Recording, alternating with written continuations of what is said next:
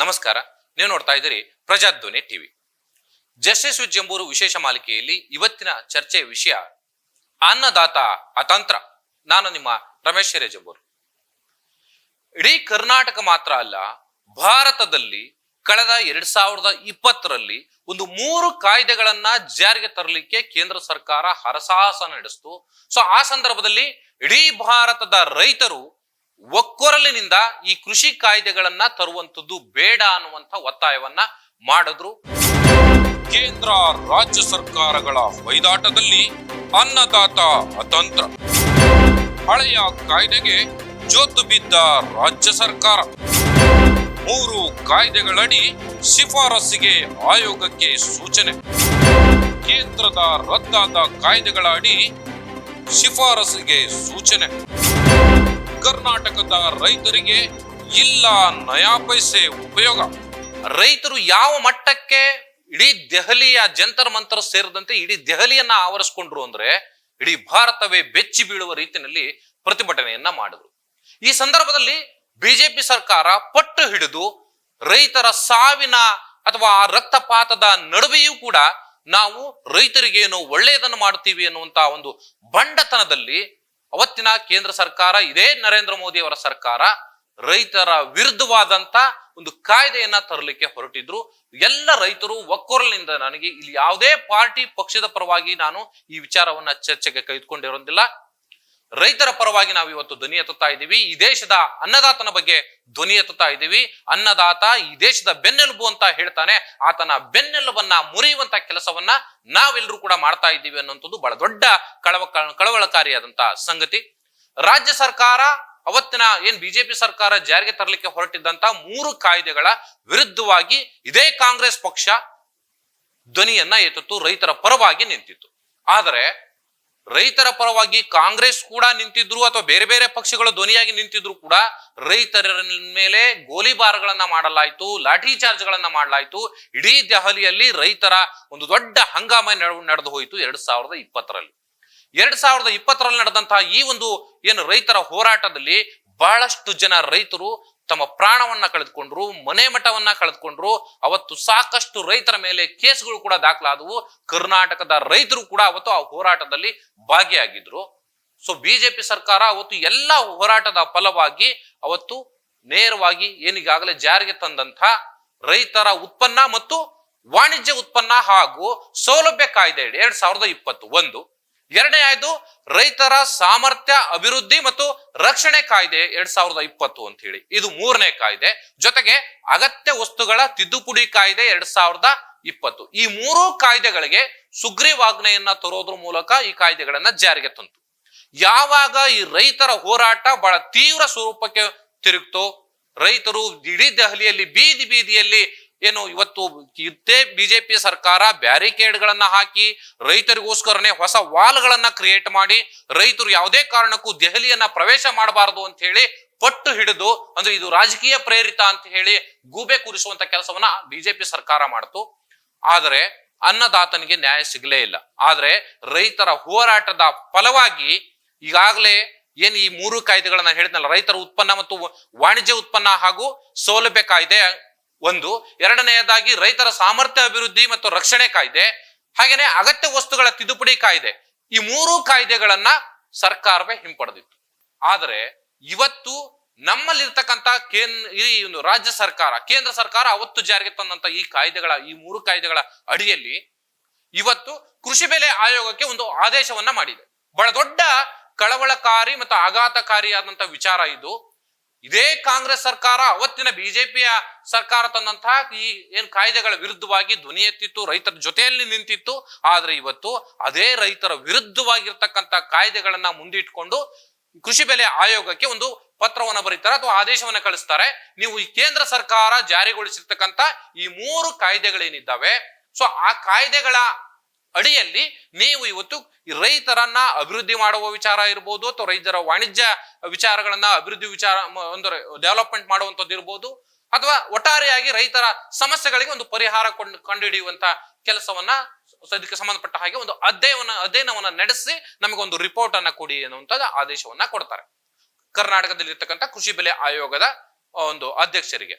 ಕೃಷಿ ಬೆಲೆ ಆಯೋಗದ ಅಧ್ಯಕ್ಷರನ್ನ ನೇಮಕ ಮಾಡಿರುವಂತದ್ದೇ ಒಂದು ರೀತಿ ಬಹಳ ದೊಡ್ಡ ಹಂಗಾಮ, ಇದು ಸರಿಯಲ್ಲ ಅಂತ ಹೇಳಿ ರೈತ ಪರ ಹೋರಾಟಗಾರರು, ರೈತ ಮುಖಂಡರುಗಳು ಇವತ್ತು ಧ್ವನಿಯನ್ನ ಎತ್ತುತ್ತಾ ಇದ್ದಾರೆ. ಚುಕ್ಕಿ ನಂಜುಂಡಸ್ವಾಮಿ ಸೇರಿದಂತೆ ಅನೇಕ ಹೋರಾಟಗಾರರು, ರೈತ ಮುಖಂಡರುಗಳು ಇವತ್ತು ಕೃಷಿ ಬೆಲೆ ಆಯೋಗದ ಅಧ್ಯಕ್ಷರನ್ನ ನೇಮಕ ಮಾಡಿರುವಂತ ವಿಚಾರಕ್ಕೆ ಸಂಬಂಧಪಟ್ಟಾಗ ಒಂದು ಬಹಳ ದೊಡ್ಡ ಭಿನ್ನಾಭಿಪ್ರಾಯವನ್ನ ಅಥವಾ ಆರೋಪಗಳನ್ನ ಮಾಡ್ತಾ ಇದ್ದಾರೆ. ಆದ್ರೆ ಒಂದು ಭಾಗ ಅದು ಇರ್ಲಿ, ಆದ್ರೆ ಯಾರನ್ನಾದ್ರೂ ಮಾಡ್ಕೊಳ್ಳಿ, ಆದರೆ ರೈತ ಪರವಾಗಿ ಧ್ವನಿ ಎತ್ತುವಂತಹ ವಿಚಾರ ಬಂದಾಗ ಅಥವಾ ಈ ತರದ ನಿಲುವುಗಳನ್ನ ಕೈಗೊಳ್ಳುವಂತ ಸಂದರ್ಭದಲ್ಲಿ ನಾವು ರೈತ ಪರವಾಗಿದ್ದೀವಿ, ನಾವು ರೈತರನ್ನ ಬಿಟ್ಕೊಡೋದಿಲ್ಲ, ನಾವು ರೈತರ ಧ್ವನಿಯಾಗಿರ್ತೀವಿ ಅಂತ ಹೇಳ್ತಾ ಇದ್ದಂತ ಜನನಾಯಕರು ಅಥವಾ ರಾಜಕೀಯ ಪಕ್ಷಗಳು ಪದೇ ಪದೇ ಅವರ ಬೆನ್ನೆಲುಬನ್ನ ಮುರಿಯುವಂತ ಕೆಲಸವನ್ನ ಮಾಡ್ತಾ ಇದ್ದಾವೆ ಅಂದ್ರೆ ಇವರಿಗೆ ನಿಜಕ್ಕೂ ಕನಿಷ್ಠ ನಾಚಿಕೆ ಆಗೋದಿಲ್ವಾ? ಅನ್ನ ತಿಂದ ಮನೆಗೆ ಕನ್ನ ಹಾಕುವಂತ ಅಥವಾ ಅವರಿಗೆ ದ್ರೋಹ ಬಗೆಯುವಂತ ಕೆಲಸವನ್ನ ಮಾಡ್ತಾ ಇದ್ದಾವೆ ಅಂದ್ರೆ ನಾವ್ ಏನನ್ನ ಹೇಳಬೇಕು? ನಾನು ನೇರವಾಗಿ ಇವತ್ತು ಮುಖ್ಯಮಂತ್ರಿಗಳನ್ನೇ ಗುರಿಯಾಗಿಸಿಕೊಂಡು ಈ ಮಾತನ್ನ ಹೇಳಲೇಬೇಕಾಗಿದೆ.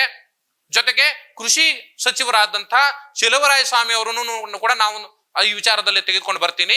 ಜೊತೆಗೆ ತೋಟಗಾರಿಕೆ ಇಲಾಖೆ ಸಚಿವರಾದಂತ ಎಸ್ ಮಲ್ಲಿಕಾರ್ಜುನ್ ಅವರನ್ನು ಕೂಡ ನಾನು ಈ ವಿಚಾರಕ್ಕೆ ಎಳಿ ತರ್ತೀನಿ. ಯಾಕೆ ಅಂದ್ರೆ ಇವರು ಜನಪ್ರತಿನಿಧಿಗಳು, ಹಳ್ಳಿಗಾಡಿನಿಂದ ಬಂದಂತವ್ರು, ನಾವು ರೈತರ ಪರವಾಗಿದ್ದೀವಿ ಅಂತ ಹೇಳ್ತಾರೆ. ಆದ್ರೆ ರೈತನ ಕಷ್ಟ ಏನು, ನಷ್ಟ ಏನು, ಅವನಿಗೆ ಯಾವ ರೀತಿ ನಾವು ನ್ಯಾಯವನ್ನ ಕೊಡ್ಲಿಕ್ಕೆ ಸಾಧ್ಯ ಇದೆ ಅಂತ ಹೇಳಿ ಒಂದು ಕನಿಷ್ಠ ವ್ಯವಧಾನ ಕೂಡ ಇಲ್ಲ, ಯೋಚನೆ ಮಾಡುವಂತ ಶಕ್ತಿ ಇಲ್ಲ ನಮ್ಮ ಸಚಿವರುಗಳಿಗೆ, ನಮ್ಮ ಮುಖ್ಯಮಂತ್ರಿಗಳಿಗೆ. ಅಂದ್ರೆ ನಾವು ಇವರನ್ನ ಹೇಗೆ ಒಪ್ಕೊಳ್ಬೇಕು ರೈತರ ಪರವಾಗಿದ್ದಾರೆ ಅನ್ನುವಂಥದ್ದನ್ನ? ಸೊ ಇದು ಇವತ್ತು ಬಹಳ ದೊಡ್ಡ ಪ್ರಶ್ನೆ ಆಗಿ ಕಾಡ್ತಾ ಇರುವಂತದ್ದು ಕರ್ನಾಟಕದಲ್ಲಿ.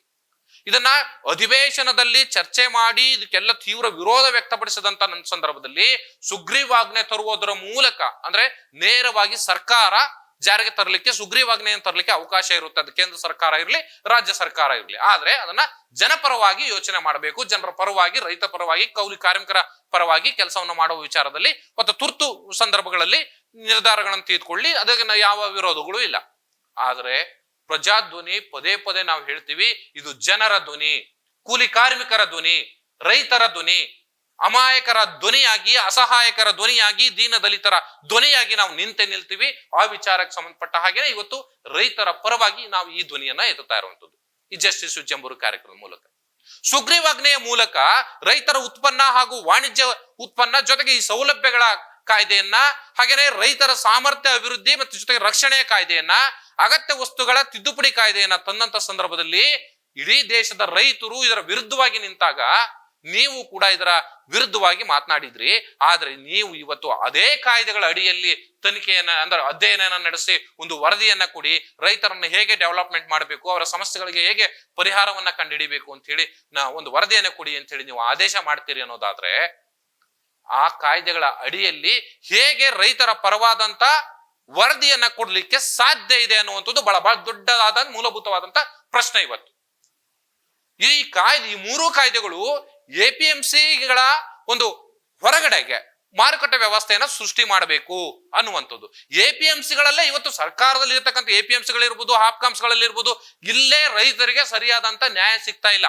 ಇವು ಸರ್ಕಾರದ ವ್ಯಾಪ್ತಿಯಲ್ಲಿ ಬರುವಂತ ಮಾರುಕಟ್ಟೆ ವ್ಯವಸ್ಥೆ, APMC ಇರ್ಬೋದು, ಹಾಪ್ಕಾಮ್ಸ್ಗಳಿರ್ಬೋದು ಅಥವಾ ಬೇರೆ ಬೇರೆ ವ್ಯವಸ್ಥೆಗಳು, ಇದು ಸರ್ಕಾರದ ಅಡಿಯಲ್ಲಿ ಬರುವಂತವು. ಆದರೆ ಸರ್ಕಾರದ ಅಡಿಯಲ್ಲಿ ಬಂದಂತ ವ್ಯವಸ್ಥೆಯಲ್ಲೇ ರೈತರಿಗೆ ಇವತ್ತು ನಾವು ನ್ಯಾಯ ಕೊಡಿಸ್ಲಿಕ್ಕೆ ಸಾಧ್ಯ ಆಗಿಲ್ಲ. ರೈತರ ವಿಚಾರ ಅಂತ ಬಂದಾಗ ಕಬ್ಬು ಬೆಳೆಗಾರರಿಗೆ ಸರಿಯಾದಂತ ಬೆಂಬಲ ಬೆಲೆ ಸಿಗ್ತಾ ಇಲ್ಲ. ತರಕಾರಿ ಬೆಳೆದಂತ ರೈತರಿಗೆ ಇವತ್ತು ಬೆಂಬಲ ಕೊಡ್ಲಿಕ್ಕೆ ಸಾಧ್ಯ ಆಗ್ತಾ ಇಲ್ಲ ಸರ್ಕಾರಗಳಿಗೆ.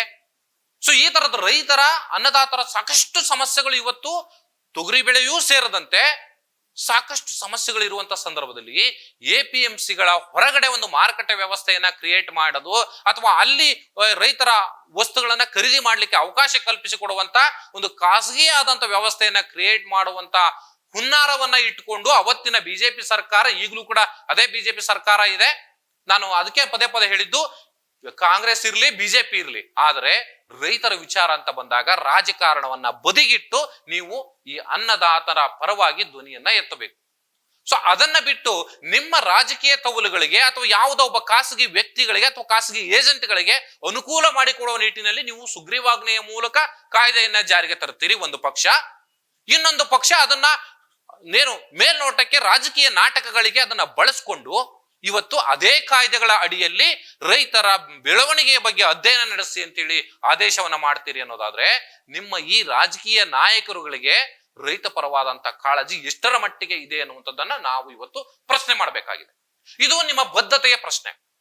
ನಿಜಕ್ಕೂ ನೀವು ಈ ಕಾಯ್ದೆಗಳನ್ನ ವಿರೋಧಿಸುವಂತವರೇ ಆದ್ರೆ ನೀವು ಹೊಸ ಕಾಯ್ದೆಗಳನ್ನ ಜಾರಿಗೆ, ನೀವು ಈಗಾಗಲೇ ಕರ್ನಾಟಕ ಸರ್ಕಾರ ಹೇಳಿದೆ, ನಾವು APMC ಕಾಯ್ದೆಗೆ ತಿದ್ದುಪಡಿಯನ್ನ ತರ್ತೀವಿ, ಹೊಸ ಕಾಯ್ದೆಗಳನ್ನ ತರ್ತೀವಿ, ಸರ್ಕಾರಗಳು ನಾವು ರೈತರ ಪರವಾಗಿದ್ದೀವಿ, ರೈತರಿಗೆ ಅನುಕೂಲವಾಗುವ ರೀತಿಯಲ್ಲಿ ನಾವು ರಾಜ್ಯದ ಮಟ್ಟದಲ್ಲಿ ಒಂದು ಸುಗ್ರೀವಾಜ್ಞೆ ತಂದು ಅಥವಾ ಸದನದಲ್ಲಿ ಅದನ್ನ ಮಂಡಿಸಿಯೋ ನಾವು ಕಾಯ್ದೆಯನ್ನ ಅಥವಾ ತಿದ್ದುಪಡಿಯನ್ನ ಮಾಡ್ತೀವಿ ಅನ್ನೋ ಮಾತುಗಳನ್ನ ಹೇಳಿದ್ರಿ. ಆದ್ರೆ ಯಾವುದನ್ನೂ ಕೂಡ ಮಾಡದೆ ಏಕಾಏಕಿಯಾಗಿ ರೈತರ ಬೆಳವಣಿಗೆ ವಿಚಾರದಲ್ಲಿ ನೀವು ಆ ಕಾಯ್ದೆಗಳ ಅಡಿಯಲ್ಲಿನೇ ನೀವು ತನಿಖೆ ಮಾಡಿ ಅಥವಾ ಅಧ್ಯಯನ ನಡೆಸಿ ವರದಿಯನ್ನ ಕೊಡಿ ಅಂತ ಹೇಳಿದ್ರೆ ನೀವು ರೈತರಿಗೆ ನ್ಯಾಯ ಕೊಡ್ಲಿಕ್ಕೆ ಹೊರಟಿದ್ದೀರಾ ಅಥವಾ ಬಂಡವಾಳಶಾಹಿಗಳ ಪರವಾಗಿ ನೀವು ಅಂಡರ್ ಕರೆಂಟ್ ಆಗಿ ಕೆಲಸವನ್ನ ಮಾಡ್ತಾ ಇದ್ದೀರಾ?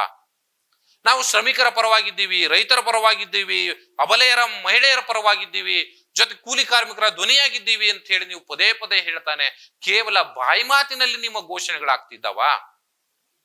ನೀವ್ ಹೇಳ್ತೀರಿ ನಾವಿವತ್ತು ಯಾವ ಸರ್ಕಾರಗಳು ಕೊಡದೇ ಇರುವಂತಹ ನಾವು 5 ಪಂಚ ಯೋಜನೆಗಳನ್ನ ನಾವು ಸರ್ಕಾರದಿಂದ ಕೊಟ್ಟಿದ್ದೀವಿ.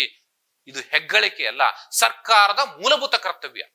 ಅದು ಯಾವುದೇ ಪಕ್ಷ ಇರಲಿ, ಕಾಂಗ್ರೆಸ್ ಇರ್ಲಿ, JDS ಇರ್ಲಿ, BJP ಇರ್ಲಿ, RJD ಇರ್ಲಿ, ಅಥವಾ ನಾಳೆ ಆಮ್ ಆದ್ಮಿ ಪಕ್ಷ ಬರಲಿ, ಯಾರೇ ಬರಲಿ, ಮೂಲಭೂತ ಸೌಲಭ್ಯಗಳನ್ನ ಜನರಿಗೆ ಕೊಡಬೇಕಾಗಿರುವಂತದ್ದು ಸರ್ಕಾರದ ಆದ್ಯ ಕರ್ತವ್ಯ, ಜೊತೆಗೆ ಮೂಲ ಕರ್ತವ್ಯ. ಯಾಕೆ ಅಂದ್ರೆ ಸರ್ಕಾರಕ್ಕೆ ಜನ ತೆರಿಗೆಯನ್ನ ಕಟ್ತಾರೆ. ಒಂದು ಸಣ್ಣ ವಸ್ತುವನ್ನ ಖರೀದಿ ಮಾಡೋದ್ರಿಂದ ಹಿಡಿದು ದೊಡ್ಡ ದೊಡ್ಡ ವಸ್ತುಗಳನ್ನು ಖರೀದಿ ಮಾಡುವಂತದ್ದಿರ್ಬೋದು, ಅಥವಾ ಮನೆ ಕಟ್ಟುವಂತದ್ದಿರ್ಬೋದು, ಅಥವಾ ರಸ್ತೆಯಲ್ಲಿ ಓಡಾಡೋ ವಿಚಾರದಲ್ಲಿ ಇರ್ಬೋದು, ವೆಹಿಕಲ್ ಗಳನ್ನ ಖರೀದಿ ಮಾಡ್ಕೊಂಡು ಅದನ್ನುಗಳಲ್ಲಿ ನಾವು ಓಡಾಡುವಂತದ್ದಿರ್ಬೋದು, ಪ್ರತಿ ಹಂತದಲ್ಲಿ ನೀವು ಟ್ಯಾಕ್ಸ್ ಗಳನ್ನ ಕಲೆಕ್ಟ್ ಮಾಡ್ತೀರಿ.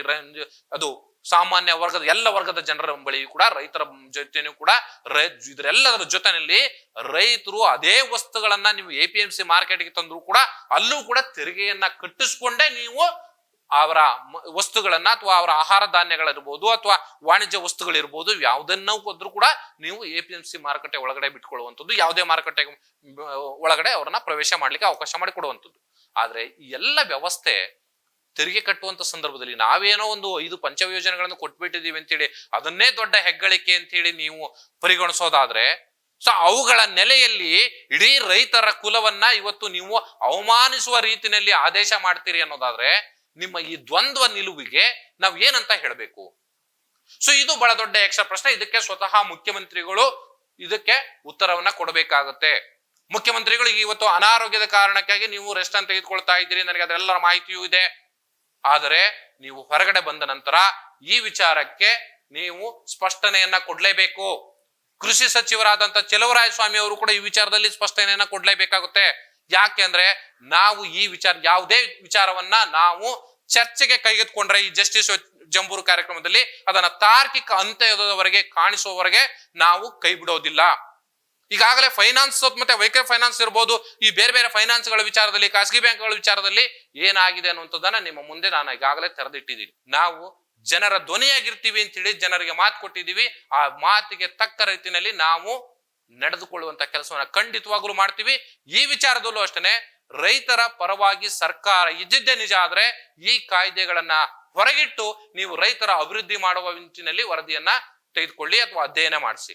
ಆದ್ರೆ ಇದೇ 3 ಕಾಯ್ದೆಗಳ ಅಡಿಯಲ್ಲಿನೇ ನೀವು ವರದಿಯನ್ನ ಸದ್ಯಪಡಿಸ್ತೀವಿ, ಅದರ ಅಡಿನಲ್ಲಿ ನಾವು ಕೆಲಸ ಮಾಡಿಸ್ತೀವಿ ಅಂದ್ರೆ APMC ಗಳನ್ನ ಹೊರತುಪಡಿಸಿ ಮಾರುಕಟ್ಟೆ ವ್ಯವಸ್ಥೆಯನ್ನ ಕ್ರಿಯೇಟ್ ಮಾಡಿದ್ದೆ ಆದ್ರೆ ಇಲ್ಲಿ ಖಾಸಗಿ ವ್ಯಕ್ತಿಗಳಿಗೆ ಲಾಭ ಆಗುತ್ತೆ ಹೊರತು ರೈತರಿಗೆ ಯಾವುದೇ ರೀತಿಯ ಲಾಭಗಳಾಗೋದಿಲ್ಲ. ಅವರ ರೈತರಿಂದ ಖರೀದಿ ಮಾಡುವಂತ ವಸ್ತುಗಳಿಗೆ ಯಾವುದೇ ರೀತಿಯ ಬೆಲೆ ನಿಗದಿಯನ್ನ ಇಲ್ಲಿ ಇರ್ತಕ್ಕಂಥ ಬಂಡವಾಳಶಾಹಿಗಳ ನಿಗದಿ ಮಾಡ್ತಾರೆ. ಅಲ್ಲಿ ಕಡಿಮೆ ಬೆಲೆಗೆ ತೆಗೆದುಕೊಂಡು ಬಂದು ಇಲ್ಲಿ 1:3ಗೆ ಅಥವಾ 1:2ಗೆ 1:4ಗೆ ಕೂಡ ಮಾರಾಟ ಮಾಡಿಕೊಂಡು ತಾವು ಲಾಭ ಮಾಡಿಕೊಂಡಂತ ಅನೇಕ ಉದಾಹರಣೆಗಳು ಇವತ್ತು ನಮ್ಮ ಮುಂದೆ ಇದ್ದಾವೆ. ಸೊ ಹೀಗಿರುವಂತ ಸಂದರ್ಭದಲ್ಲಿ ರೈತರಿಗೆ, ರೈತ ಕೂಲಿ ಕಾರ್ಮಿಕರಿಗೆ ಅಥವಾ ರೈತ ಉತ್ಪನ್ನಗಳನ್ನು ಬೇರೆ ಬೇರೆ ಪರ್ಯಾಯ ಉತ್ಪನ್ನಗಳನ್ನ ಮಾಡಿ ಬದುಕು ನಡೆಸುವಂತ ಕೃಷಿ ಕಾರ್ಮಿಕರಿಗೆ, ರೈತರಿಗೆ ನೀವು ನ್ಯಾಯ ಕೊಡಿಸುವಂತ ಕೆಲಸ ಮಾಡಬೇಕು. ಆದ್ರೆ ಅನ್ಯಾಯ ಮಾಡುವಂತ ಕೆಲಸಕ್ಕೆ ಕೈ ಹಾಕಿದ್ರೆ ನಾವು ಇಷ್ಟಕ್ಕೆ ಸುಮ್ಮನೆ ಕೂರುವಂತ ಪ್ರಶ್ನೆ ಇಲ್ಲ. ದಯಮಾಡಿ ಸರ್ಕಾರ ಇದನ್ನ ಮತ್ತೊಮ್ಮೆ ಪರಿಶೀಲನೆಯನ್ನ ಮಾಡಬೇಕು. ಈ 3 ಕಾಯ್ದೆಗಳನ್ನ ಕೇಂದ್ರ ಸರ್ಕಾರ 2020ರಲ್ಲಿ ತಂದಂತ ಈ ಕಾಯ್ದೆಗಳನ್ನ ಹೊರಗಡೆ ಇಟ್ಟು ನೀವು ಹೊಸ ಕಾಯ್ದೆಗಳನ್ನ ತರ್ತಿರೋ ಅಥವಾ ಅದರನ್ನ ಹೊರತುಪಡಿಸಿ ರೈತ ವಿಚಾರಕ್ಕೆ ಅವರನ್ನ ಅಭಿವೃದ್ಧಿ ಪಡಿಸುವ ವಿಚಾರದಲ್ಲಿ ಅಥವಾ ಅವರ ಆರ್ಥಿಕ ಅಭಿವೃದ್ಧಿ ವಿಚಾರದಲ್ಲಿ ಅಧ್ಯಯನ ನಡೆಸ್ತಿರೋ ಅದು ನಿಮಗೆ ಬಿಟ್ಟದ್ದು. ಆದ್ರೆ ರೈತರಿಗೆ ಅವರ ಬೆಳೆದಂತಹ ಬೆಲೆಗೆ ಒಂದು ಉತ್ತಮವಾದಂತಹ ಬೆಲೆ ಕೊಡಿಸುವಂತಹ ಕೆಲಸ ನಿಮ್ಮ ಕಡೆಯಿಂದ ಆಗಬೇಕು. ಜೊತೆಗೆ ಅವರನ್ನ ಗೌರವಯುತವಾಗಿ ನಡೆಸಿಕೊಳ್ಳುವಂತ, ಜೊತೆಗೆ ರೈತರಿಗೆ ನಾವು ತಿಂತಾ ಇರುವಂತದ್ದು ಅನ್ನ, ಆ ಅನ್ನದ ಋಣವನ್ನಾದರೂ ತೀರಿಸುವಂತ ಕೆಲಸವನ್ನ ನೀವು ಮಾಡಬೇಕು. ಇಲ್ಲದೆ ಹೋದ್ರೆ ಯಾವ ಕಾರಣಕ್ಕೂ ಕೂಡ ಇದೇ ಜಸ್ಟಿಸ್ ವಿಜಯಂಬೂರು ಕಾರ್ಯಕ್ರಮದಲ್ಲಿ ಮತ್ತೆ ಮತ್ತೆ ನಿಮ್ಮ ಮಾನಹರಣ ಮಾಡುವಂತ, ನೀವು ಮಾಡದಂತ ಘನಕಾರ್ಯಗಳನ್ನ ಜನರ ಮುಂದೆ ಬಿಚ್ಚಿಡುವಂತ ಕೆಲಸವನ್ನ ನಾವು ಖಂಡಿತವಾಗ್ಲೂ ಮಾಡ್ತೀವಿ. ನಾವು ವೈಯಕ್ತಿಕವಾಗಿ ಯಾರನ್ನು ಕೂಡ ಟಾರ್ಗೆಟ್ ಮಾಡ್ತಾ ಇಲ್ಲ. ಆದ್ರೆ ಸಾಮಾಜಿಕ ವಿಚಾರಗಳು ಬಂದಂತ ಸಂದರ್ಭದಲ್ಲಿ, ರೈತರು ಕೂಲಿ ಕಾರ್ಮಿಕರ ವಿಚಾರದಲ್ಲಿ ಅನ್ಯಾಯಗಳಾದಂತ ಸಂದರ್ಭದಲ್ಲಿ ಧ್ವನಿ ಎತ್ತುವ ಕೆಲಸವನ್ನ ಯಾವುದೇ ಕಾರಣಕ್ಕೂ ನಿಲ್ಲಿಸೋದಿಲ್ಲ. ಆದ್ರೆ ಈ ವಿಚಾರದಲ್ಲಿ ಸರ್ಕಾರ ಎಚ್ಚೆತ್ತುಕೊಳ್ಳುತ್ತೆ ಅನ್ನುವಂತಹ ಸದಾಶಯದೊಂದಿಗೆ ಈ ಕಾರ್ಯಕ್ರಮವನ್ನು ಮುಗಿಸೋಣ. ನಮಸ್ಕಾರ.